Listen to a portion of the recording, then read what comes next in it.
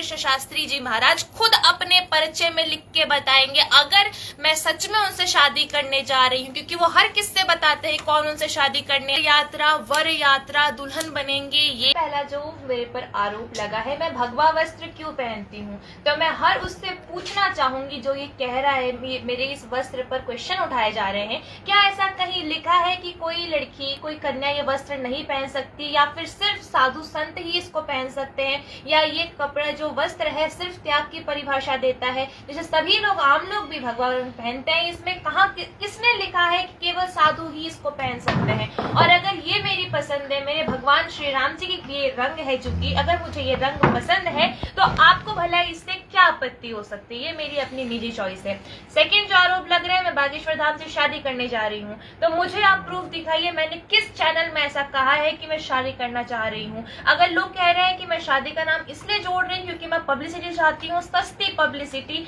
और ये सब प्रोपेगेंडा इसलिए कर रही हूँ, तो अगर मुझे पब्लिसिटी चाहिए होती तो मैं जिस दिन से मैंने गंगा कलश उठाई थी उसी समय से मेरे इर्द गिर्द मीडिया घूम रही है। मैंने कहीं किसी को नहीं बुलाया, आप सभी लोग मुझे खुद ढूंढते हुए आते हैं, तो मैं वहीं से बोलते हुए चलते कि हाँ देखो मैं बागेश्वर धाम सरकार से शादी करने जा रही हूँ, शादी करने जा रही हूँ। मैंने ऐसा किसी इंटरव्यू में नहीं कहा कि मैं शादी करने जा रही हूँ, शादी का प्रस्ताव लेके जा रही हूँ।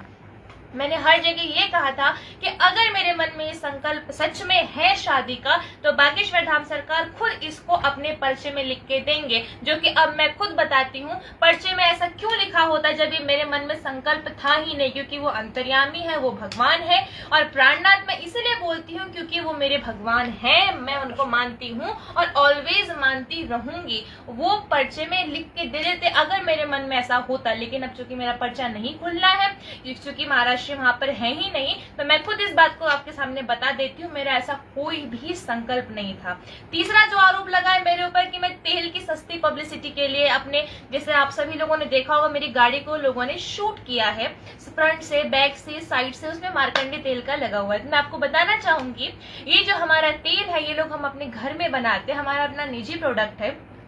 8 दिनों में हम लोग शर्तिया इलाज करते हैं, घुटना, कमर, गठियावात, साइटिका, जोड़ों का दर्द, चाहे कितना भी पुराना दर्द हो, जो व्यक्ति 10 साल से उठ बैठ ना पा रहा हो वो भी उठने बैठने लगता है, ऐसा हमारा मार्कंडेय दर्दनाशक तेल चलता है, जो कि सिर्फ हम लोग ही सप्लाई करते हैं। किसी भी ओपन स्टॉक मार्केट में ये अवेलेबल नहीं होता, आप जाके चेक कर सकते हैं। अगर मुझे पब्लिसिटी चाहिए होती है, अगर ये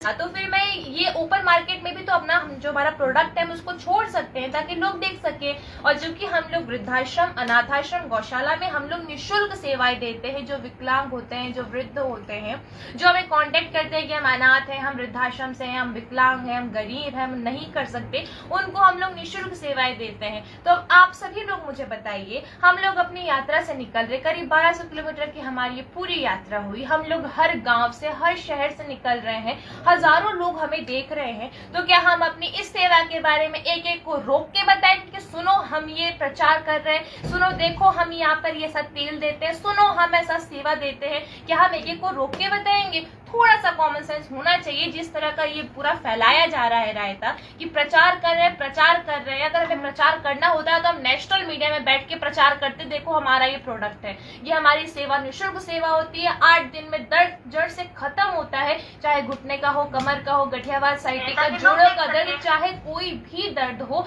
हम शर्तिया इलाज करते हैं, मार्कंडेय दर्दनाशक तेल। अगर आप भी वृद्धाश्रम से, अगर आप अनाथ हैं, अगर आप विकलांग हैं, अगर आप गरीब हैं, अगर आप असमर्थ हैं जो उसका शुल्क है उसको पे करने में, तो आप भी हमको कांटेक्ट कीजिए। मैं आपको अपना फोन नंबर इस चैनल के माध्यम से बता देती हूँ, आप हमें कांटेक्ट कीजिए इस निःशुल्क सेवा का लाभ उठाने के लिए। फोन नंबर है 9837833485।